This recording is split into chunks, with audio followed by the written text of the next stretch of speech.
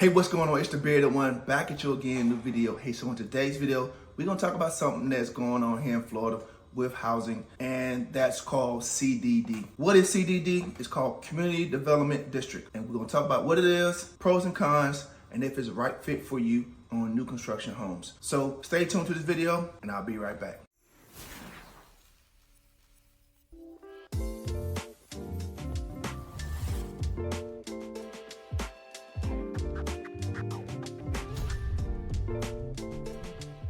Hey, what's going on? So before I get to today's video, let me introduce myself. My name is Maurice Murphy, licensed realtor here in the state of Florida, and I am located here in Jacksonville, Florida, or as we call it, Northeast Florida. So if you're thinking about moving to the area, hit me up in the comment section, and if you're feeling the content on the channel, give me a thumbs up, and don't forget to hit that subscribe button. So let's get into what CDD is. So as I said before, CDD stands for Community Development District.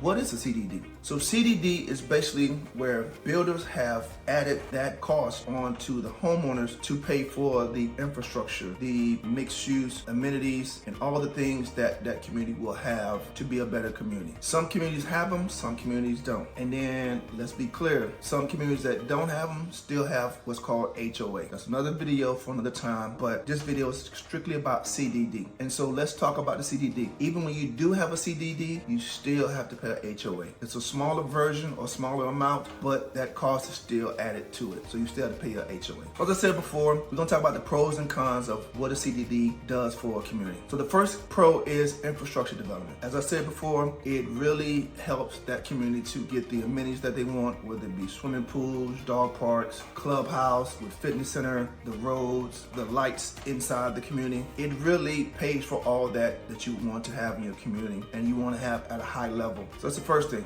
Infrastructure development is paid by CDD. So the second thing is local control. So when communities have CDDs, they have a lot more control over what happens in the community, and they have a lot of more say-so as far as the community and the residents' involvement in the amenities and everything else that happens in the community. So those CDDs, even though they pay for it, they have a louder voice of what goes into that community. So that is a great thing. Definitely want to think about CDDs as far as those two things. First, infrastructure and having more local control. So with the third thing with CDD is they take over the maintenance of the community, whether it be landscaping needs to be done, whether it be pool maintenance needs to be done, and any type of services that needs to be done in the community, that's taken care of through the CDD. Now, what does that do in turn? It takes the burden off the local government, and now, as I said, number two, you have a louder voice or more local control of what happens in that neighborhood. So you're kind of a community of your own because the residents are paying for the upkeep of the community. So that's what CDD is. And the fourth and final thing is kind of all wraps it up. You have more enhanced services than you would in a regular neighborhood. So with that CDD, so you have a lot more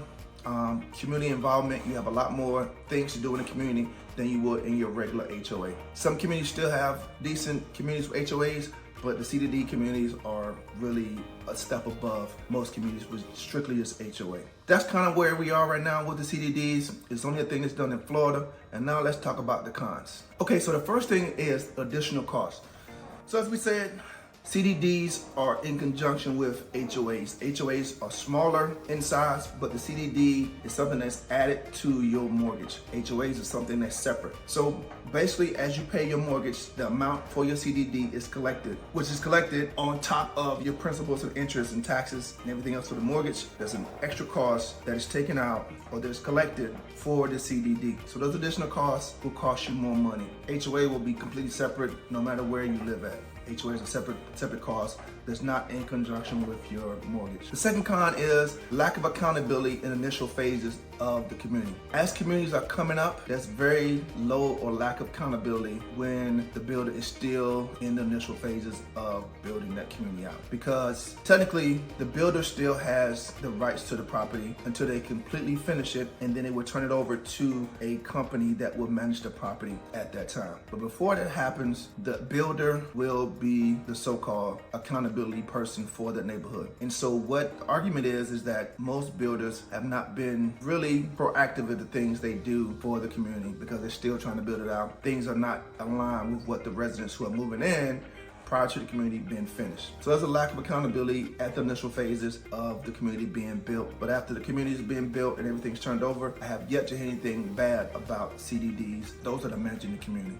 So the third thing is unlimited flexibility. So what I mean by unlimited flexibility? Once the CDD is established, you are responsible for the CDD as long as you own the house. So there's no way of changing or modifying what the CDD is or how it will work for that community. It will always be attached to that community until it runs out of its time, or there's a time limit on CDDs, which I think is about 30 years, pretty much the life of the loan when you buy the house. So, but it also will turn over from owner to owner, from one owner to the next, will just take over that price of the CDD when they purchase the property. So the fourth and final thing is, as we talked about before, we've mentioned it before, the additional costs could hurt those homeowners who are maybe going through some financial hardship, and that additional amount of the CDD could be fatal for that potential homeowner as far as owning that home. So really consider if you can afford a CDD and if you want to be in a community with a CDD.